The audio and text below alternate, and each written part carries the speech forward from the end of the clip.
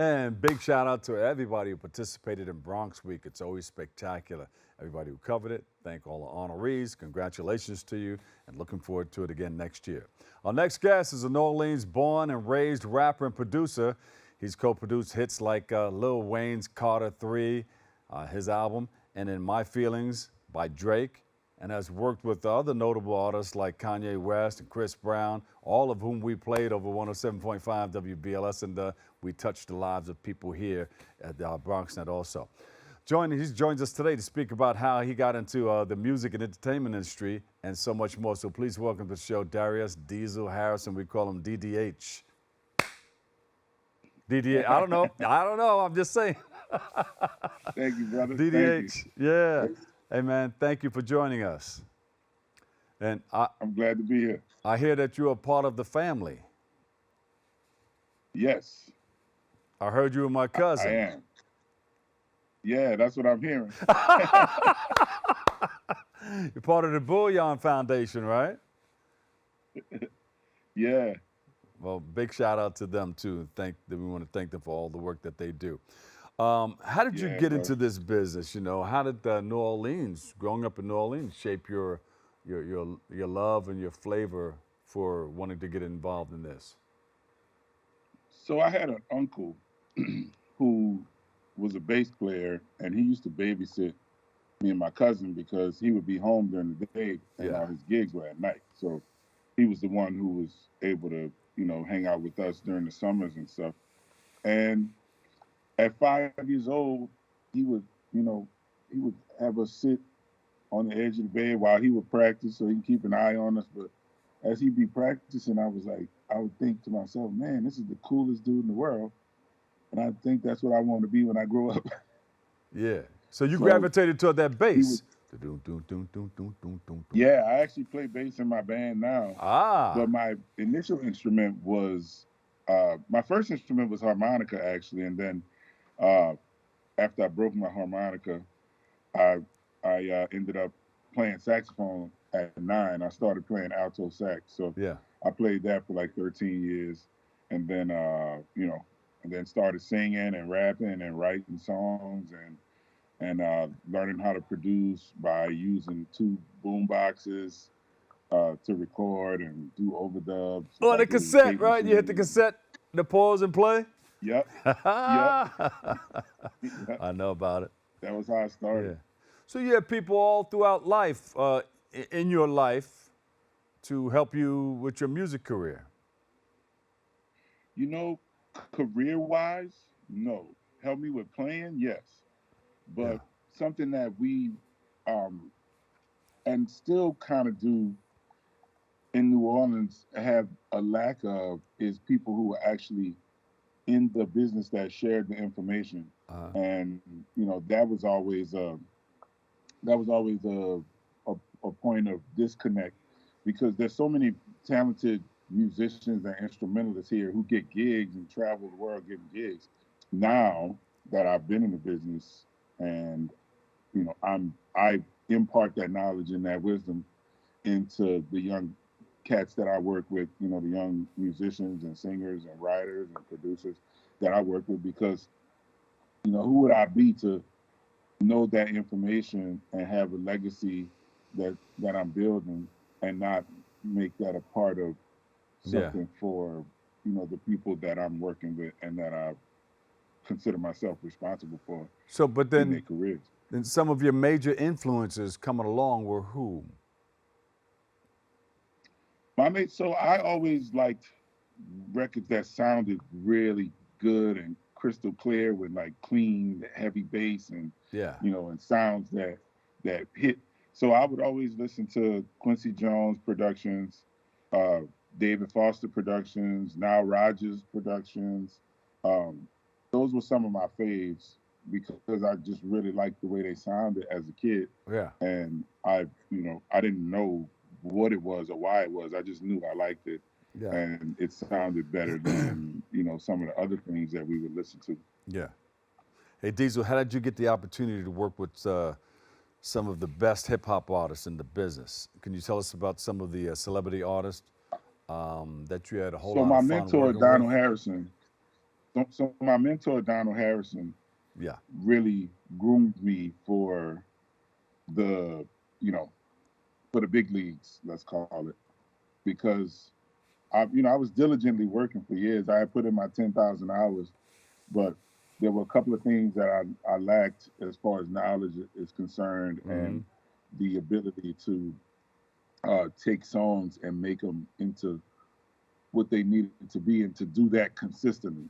So Yeah. Donald showed me some, some nuances to my production and things that I was doing, um, that he taught me that could help me to get to that level. So once I did get to that point, I was in my studio one day, and phone rang, and my wife at the time, she said, "Oh, somebody wants to talk to you." He says it's Slim from Cash Money, and I said, "Well, tell whoever that is on the phone to, you know, call me back when they're serious about business." Yeah. And I said, "Hang up." So she said what I said, and then hung up the phone. Phone rings right back. She says that the person on the phone says, "Tell him that it's really me." Yeah. So I go to the phone. I'm like, "Hello?" And she was like, he said, "Hey, in his voice, 'Hey, man, this is Slim from Cash Money. I want you to come work with us.'" And I was like, "Oh, snap. It is." Because I was thinking to myself, why would he be calling me? Uh-huh. You know, I know I'm in the music business and all that, but I was not expecting a call from him, Uh-huh. And that from that moment on, I went to work with him that evening. And as soon as I walked through the door, I was engineering on a record that went to be number one. Hmm. And then it was just back to back after that. So, like, my hands have touched over Yeah. over 40 Well, number ones. it's a whole lot of Yeah. love because we played a lot of the music that you produced with Lil Wayne Thank you. and a lot of the other people, Kanye and Chris Brown. Lil Wayne, when he had a little incident and had to go away, he said one of the people who kept him going was me. And it came out in an article. Dr. Bob Lee is one of the shows that I listened to on WBLS. And I think I still have that article. I said, oh, man, Lil Oh, that's Wayne's awesome. listening to us well, when he was at Rikers. Right. So, Yeah. so yeah, man. And then, Donald Harrison, he was on the show. He's a part of the Bullion Foundation also. Yeah, he was on. Yeah. So you're in good company. So we're gonna keep this love going. Now you're a three-time Grammy Award winner, one of which was from Lil Yeah. Wayne, right? Speak about Yeah, that those feeling and that those are for the experience. Carter Three. So, it's pretty overwhelming. Like your first time winning Grammys, I'm on the red carpet, and I'm standing in line to be interviewed by MTV with the who's who of the music business, Uh and huh. really popular artists at that time, which I have been used to being around. But just the whole red carpet experience, the press, the so much going on, the this, the that, and I'm standing up, and then all of a sudden I turn around, and right here in my face is Natalie Cole. You know, I'm like, Ah. oh snap, like it's Natalie Cole. I didn't freak out, but just like those kind of things. So I Uh, was like, man, she's as stunningly beautiful as she looks on camera in person. yeah, yeah, yeah. Yeah. So, those kind of things happen, and in the hustle and bustle of rushing to take pictures, rushing Mm, to do the step and repeat, rushing to do press interviews, and then rushing to your seat because, you got to make it to your seat just in case they call your name. yeah. And my name got called. So it was a beautiful experience. And the next time, I'll really be able to tell you how it feels because like when you do something for the first time, you know it, but you don't kind of don't know it. But Yeah. but So next time, the you next already have step, the I'll next be able to one. tell you You for have the sure. fourth Grammy Yeah, Award winner. The speech and everything is ready, right? It's ready to go. right, exactly. Yeah. I know how that feels. Oh, I should have done this and that. All right, I got it. The next time I get one of these, here's what I'm gonna do. Right, exactly. And I'm going to get some more. There you go. All right, start it out Yeah. for me. How's it gonna sound? Like that picture. So uh, That right was a now good I'm picture doing right music there. in Spanglish.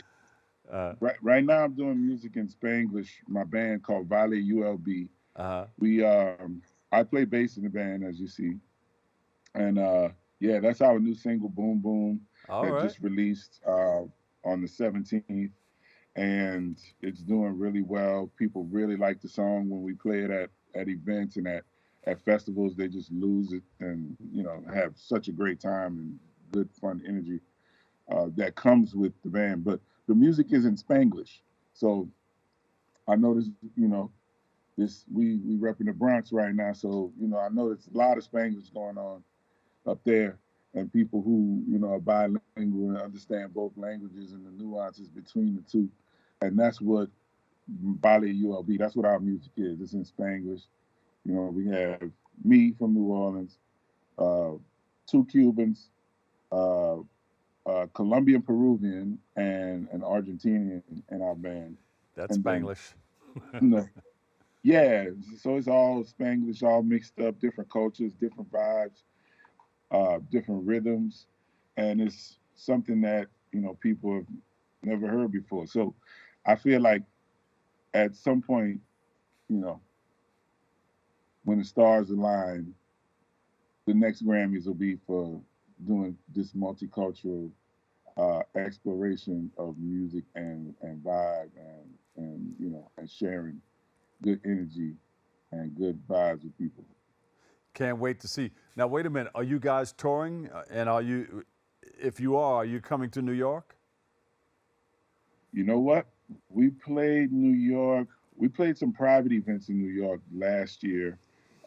We do come up there to record sometimes, and like we did the Miami Heat game opening versus the Knicks. Ironically, we did the pregame and the halftime show for that game a few months, like 2 months ago. Um, we did French Quarter Fest in New Orleans, Crawfish Festival in New Orleans. Um, Couple of other gigs we got coming up, Mm-hmm. and yeah, so we're doing spot dates. We haven't booked an actual tour yet, but we're looking forward to it. And Yeah. whoever does book us for a tour won't regret it. How was that playing with the Miami Heat and Knicks?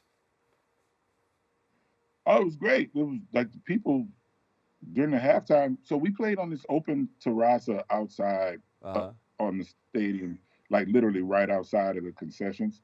So it's like you get to overlook the bay, the yachts, and everybody's, like can hear the music. So it was probably like, 2,000 people out there. And on this deck, it's a huge deck with the breeze blowing, the night lights, and it was electric, Miami vibes. And the people, they left dancing and sweating and celebrating with us. So yeah, it's always a party. Like when Yeah. we hit the stage, it's always a party. That's beautiful. All right, so we'll be looking forward to your fourth Grammy. That'll be coming on. That'll be on the way. Just let us know where the party's at. If you're going to be in town, let us know so we can break some bread together. Okay. Will do. Where can we go to find out more about you and your organization, Okay. your music? So my socials are DeezleGrammys.